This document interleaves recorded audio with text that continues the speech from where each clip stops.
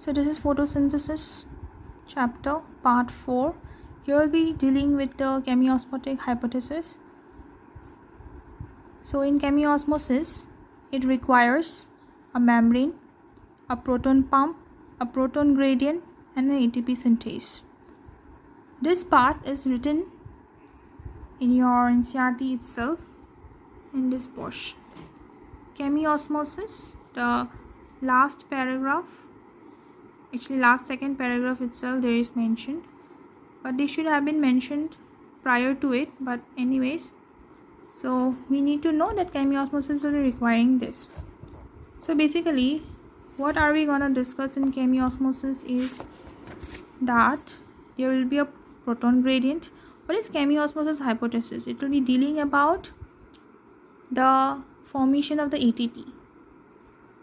Okay, what causes proton gradient and how it will lead to the formation of ATP. So we'll discuss about this in chemiosmosis hypothesis. Just prior, in the beginning you can see they've mentioned about respiration. This is a chapter that will be dealt next to photosynthesis. Okay, so now you won't understand this line that I've given in the bracket. This line and this line will not understand, because it's talking about respiration and we haven't studied yet. So these lines are not going to make sense right now.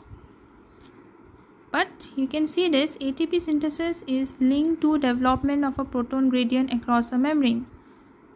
So it will talk about a proton gradient and it will talk about 3 points. Okay, these are the 3 points A, B, C. These are the 3 points due to which the proton gradient will take place, and all these 3 points have one single conclusion that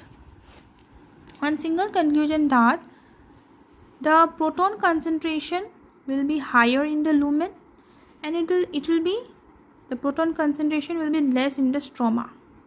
This is the thylakoid membrane present inside the chloroplast. So the inside part, inner part is the lumen, the outer part is the stroma. So proton concentration will be higher in the lumen and proton concentration will be less in the stroma, and because of this there will be proton gradient, that is difference in the concentration of proton. Because of this it will result in the formation of ATP. How it will be detailed, it will discuss here. This diagram seems very complicated, but we just need to use this diagram just for understanding this theory part. So now we start with these points. Since here it will be talking about that only, let us understand what causes the proton gradient across the membrane. The first point is the splitting of the water molecule. And one more thing, till now whatever we are studying the inner side of the membrane. In everywhere, wherever we'll see, they'll talk about inner side of the membrane of the thylakoid. Here water splitting was associated with this. Until now, wherever in this chapter photosynthesis, whatever we have discussed, all were linked to inner side of the membrane. Here for the first time in chemiosmotic hypothesis, we will see that NADP reductase enzyme is with respect to stroma side of the membrane. Means not inner side of the thylakoid membrane, but outer side of the thylakoid membrane, because stroma is the outer side of the thylakoid membrane. Thylakoid membrane outer side is the stroma and inner side is the lumen. Till now whatever in the photosynthesis we were studying with respect to inner side of the thylakoid membrane, lumen, but only here the NADP reductase enzyme will be there present in the outer side of the thylakoid membrane, in the stroma. Okay, so first reason for proton gradient is splitting of water molecule. As you already know, it will take place in the lumen. So the protons are produced by splitting of water, and since inside the lumen the protons will be produced by splitting of water, so as a result the concentration of the lumen increases. As I said, all the 3 points will say that the proton in the lumen will be high, as you can see in the diagram properly mentioned, and here it should be low. Here it is mentioned high electrochemical potential gradient here and here low. This has a meaning. Okay. This is the second point. Why there will be proton gradient. And as electrons move through the photosystems, protons are transported across the membrane. Now coming to the topic of photosystems. Which photosystem are we talking about? While talking about in the previous lecture about a cyclic photophosphorylation, non-cyclic photophosphorylation, there photosystems 1, photosystem 2, we talked about electron transport chain. The electrons were carried from one place to another. So those electrons, when they will keep moving, protons are transported across the membrane. So here electron with respect to proton, there is a relation. Whenever these electrons will keep moving, these protons will be kept transported across the membrane. Suppose see, electrons are moving through these photosystems. At the same time, the protons will be transported across the membrane. Okay, means from the stroma side, in the second part what will happen? See, first point has no linking with the second point. Second point has no linking with the third point. These all the 3 points are different. They are not coordinated. Okay, they are just different from one another. So these point, whatever you knew, forget. Now this is a different point. In this point you have to focus on the when the electrons are moving. So what will happen? From the stroma side, one proton will be taken and kept transported across the membrane inside to the inside part. Okay, and this way what will happen? From stroma will keep losing the proton and lumen will keep gaining the protons, and as a result the proton again, this time high proton in the lumen will again take place. As I already said, all the 3 points will say the conclusion is same only, that lumen side proton will be high, but for very different reasons this will take place. Okay, their causes are different, but at the end the conclusion is same, that the proton is higher here and lower here. Now let's read this. As electrons move through the photosystems, protons are transported across the membrane.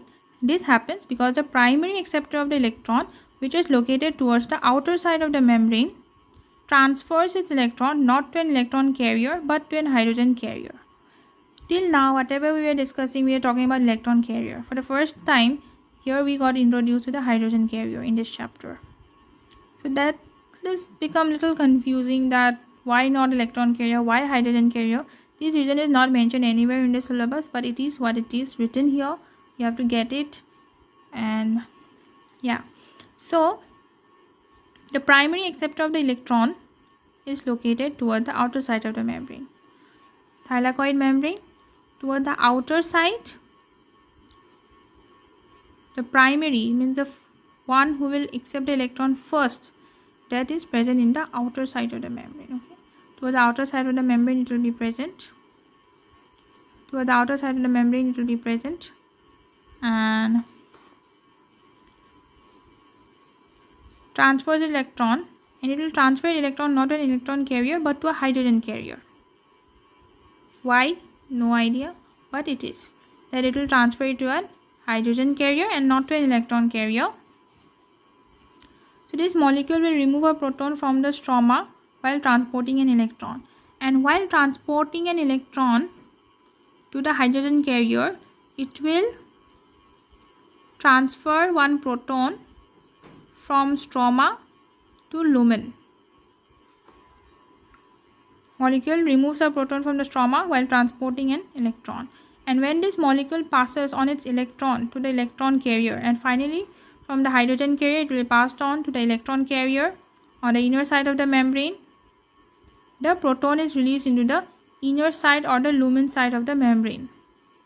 The proton is released into the inner side or the lumen side of the membrane.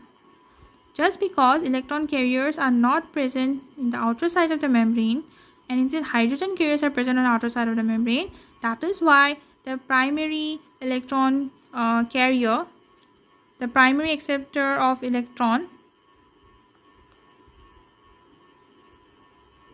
the primary acceptor of the electron will transfer it to the hydrogen carrier first, because hydrogen carrier is located outside the membrane and electron carrier is located inside the membrane. Then from hydrogen carrier to electron carrier, electron will be transferred, and while doing that, a proton will also be transferred from the, a proton will be removed from the stroma. Removed from the stroma means from stroma they will pick up one proton and they will throw it inside the lumen, okay, in the lumen portion. And because of these reason, there will be high proton concentration in the lumen. Third is again different from the second. It has nothing to do with the second part. You can completely eliminate this and come to the third part, talking about NADP reductase enzyme, which is located on the stroma side of the membrane, means outer side of the thylakoid membrane. There is NADP reductase enzyme, and along with electrons that come from the acceptor of electron of PS1, protons are necessary for the reduction of NADP to this, and these protons are also removed. Okay, so now the electron that we're talking about, the photosynthesis, talking about that only, they're saying that, see, do you remember in the photosystem when we're talking about cyclic, non-cyclic? In a non-cyclic photophosphorylation, we're talking about NADPH, right? NADP plus will accept the proton and it will convert into NADPH. There I was talking about electron. Now here they're talking about a proton. So NADP plus proton giving out NADPH. Now this NADPH is what they are trying to say. Then now from where did we get this proton? This proton is taken from the stroma side. From the outer side of the thylakoid membrane, this proton is taken. NADP plus with a proton, it gets reduced to NADPH. Okay, and because of this also, since we are taking the proton from the stroma side, so stroma lost the proton, so automatically its concentration decreased, and inside concentration was remaining undisturbed initially also, finally also its concentration remains the same, and overall we will see that stroma concentration will decrease and lumen proton concentration will increase. So these are the three reasons due to which there is proton gradient. First is due to splitting of water. Second is while transferring the electron from outside to inside, a proton will also be transferred from stroma to lumen, and that will increase the proton concentration in the lumen. And third is the NADP reductase enzyme. So when this NADP reductase enzyme will work on this part, on the formation of the product of NADPH, there also proton will be taken from the stroma and it will lead to the proton gradient. Okay, so all these 3 points had a single conclusion, that within the chloroplast, protons in the stroma decrease in number, while in the lumen there is accumulation of protons. This creates a proton gradient across the thylakoid membrane, as well as a measurable decrease in pH in the lumen. So now pH, we recollect back in class 10, there is a chapter known as in Ncert, salt, acid and bases. There was a chapter, if you remember, and there very properly there was mentioning about the pH. There was a pH scale also, most probably the left hand side of the book there was the pH scale, and very properly it was mentioned that as pH decreases it becomes acidic, as pH increases it becomes basic, and pH had an indirect relation with the proton concentration. That is, if H plus is more, then this pH is less. It had an indirect relation. Okay, pH is indirectly proportional to the H plus concentration. So if H plus is more, pH is less, right? pH less is acidic, yes or no? So now in the lumen H plus is more. If H plus is more, it means pH is less. This is what they are trying to say here. Decrease in pH in the lumen. Due to this proton gradient, there is decrease in pH in the lumen. Now what was taking place in the stroma? In the stroma, the hydrogen proton was less, If hydrogen proton is less, means pH is more. If pH is more, means stroma will have more pH, lumen will have less pH. See, in lumen, the proton concentration is high, but its pH will be less. That is why, according to that class 10 chemistry concept. Okay, and here in the stroma, the proton is less, so the pH will be high. So we need to know all this also, because if randomly they tell you statement 1 and 2 and one statement consisting of stroma, they tell this, they didn't tell lumen. So you cannot say this out of Ncert. It is Ncert based. Generally I'll see everyone says papers for Ncert, but there will be some percentage that is going to be Ncert based, and this is one example that I gave right now. Okay, now they're talking about, why are we talking so much about the proton gradient in this chemiosmotic hypothesis chapter? What is the need of so much talking about proton gradient? Herein we were supposed to study how ATP is formed. What is the relation with proton gradient? Actually, breakdown of this proton gradient is only going to result in the synthesis of ATP. This is what it is said here. Because breakdown of the gradient will lead to the synthesis of the ATP. Now, how the gradient will be broken? That is going to be explained in the next page. It is written. So let's discuss. That is, the gradient is broken down due to movement of proton across the membrane of stroma. Yes. Now there will be movement of proton, right? That is how the breakdown will take place. That is, in the lumen there is more proton. Okay. But prior to that, we need to know about ATP synthase. We need to know properly about the ATP synthase. That is here in the diagram, if you can see. If this is a diagram, here there is ATP synthase. So ATP synthase structure, let's talk about. ATP synthase, it has two parts.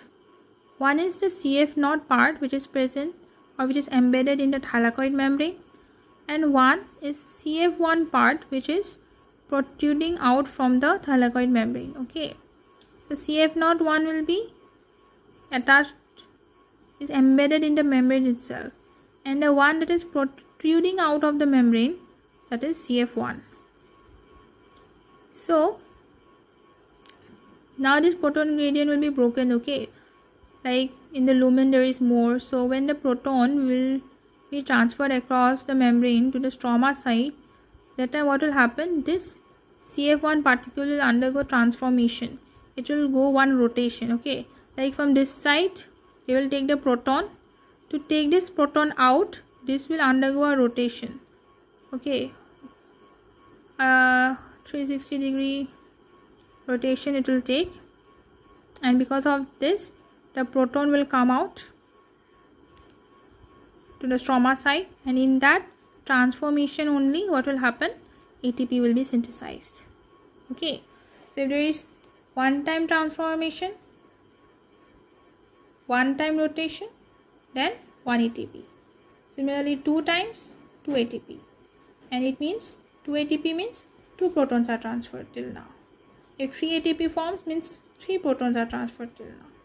By the way, nothing as such relation is given. I am just trying to say that when a proton will be transferred, ATP will be produced. And this is how the breakdown of the proton gradient is needed. When this proton gradient will be broken, this is how ATP will be synthesized. And that is the reason why we talk about proton gradient first, and then about the ATP formation. So chemiosmotic hypothesis can be divided into 2 parts. That is, first is the proton gradient, how it is formed, those 3 points, and finally breaking down of this proton gradient will lead into the ATP formation. Second is the ATP formation. First is the proton gradient, second is the ATP formation. These 2 parts can divide the chemiosmotic hypothesis topic. So now let's read whatever I taught or explained. The gradient is broken down due to the movement of protons across the membrane to the stroma through the transmembrane. Transmembrane means the membrane which is helping in transfer, transfer of the proton. That is the transmembrane. The gradient is broken down to the movement of proton across the membrane to the stroma through the transmembrane channel of the CF0 of the ATP synthase. CF0 is the one that was embedded, right? If you remember, this CF0 is the one that is embedded in the thylakoid membrane. Channel of the CF0 of the ATP synthase. ATP synthase enzyme consists of two parts.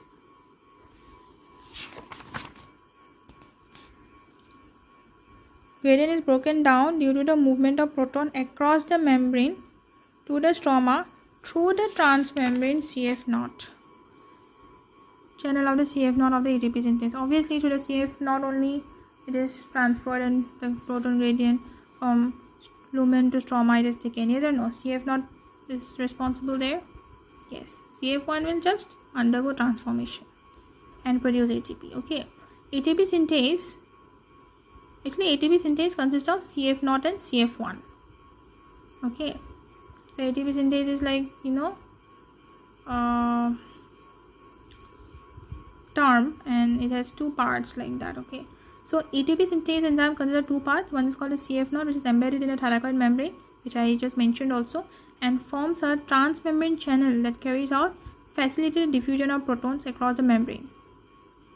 A transmembrane channel that carries out facilitated diffusion of protons across the membrane. Now, what is facilitated diffusion? Earlier there was a chapter called transport in plants that is released right now, and that chapter, transport in plants, it had topic different types of diffusion.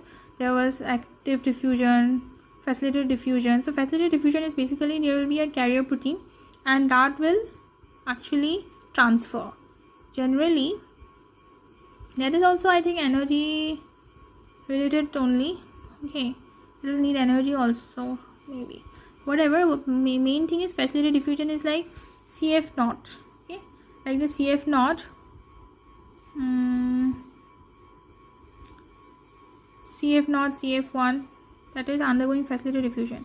Means what will happen? The carrier will take from this side, it will undergo one rotation and it will transfer the proton to the outer side. Are you understanding? Suppose this finger is the inside portion. So from inside it is taking the hydrogen, taking the proton.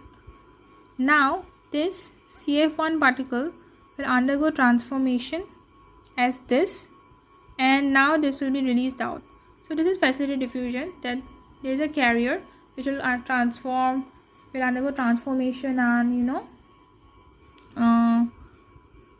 help in transferring from one side to the other side.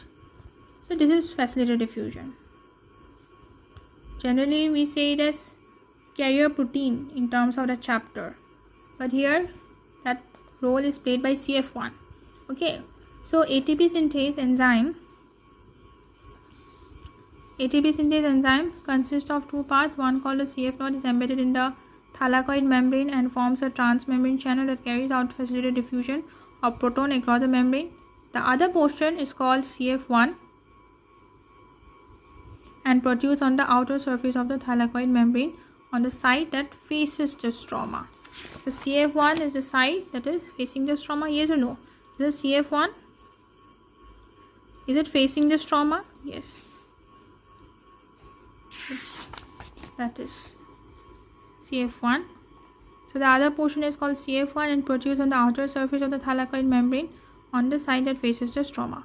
The breakdown of the gradient provides enough energy to cause a conformational change. So gradient breakdown, enough energy to cause a conformational change in the CF1 particle of the ATP synthase, which makes the enzyme synthesize several molecules of energy-packed ATP, and this is how via the transformation ATP will be formed. That is all. And chemiosmosis requires membrane, proton pump, proton gradient, ATP synthase. This is something I've already mentioned prior, if you guys remember. Initially only I told you about this. Energy is used to pump proton across a membrane to create a gradient or a high concentration of proton within the thylakoid lumen. ATP synthase has a channel that allows diffusion of proton back across the membrane, and this releases enough energy to activate ATP synthase enzyme and catalyze the formation of ATP. along with the NADPH production. So see, cyclic, non-cyclic. Non-cyclic photophosphorylation that we studied will give ATP and NADPH as its products, and cyclic photophosphorylation will give ATP as its product, right? Now this ATP and NADPH, here we basically chemiosmosis, we studied about how ATP is formed. So now we came to know everything. Now the question is, where are the ATP and NADPH used?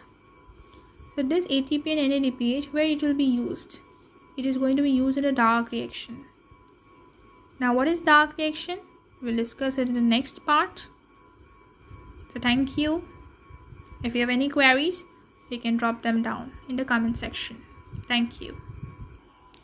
And this chemiosmosis topic is initially the 3 point turned out to be little complicated, but I'll give you a trick that always go through that conclusion part. After all the 3 points, in the last the conclusion is given, isn't it? So first you read the conclusion, then you read the 3 points.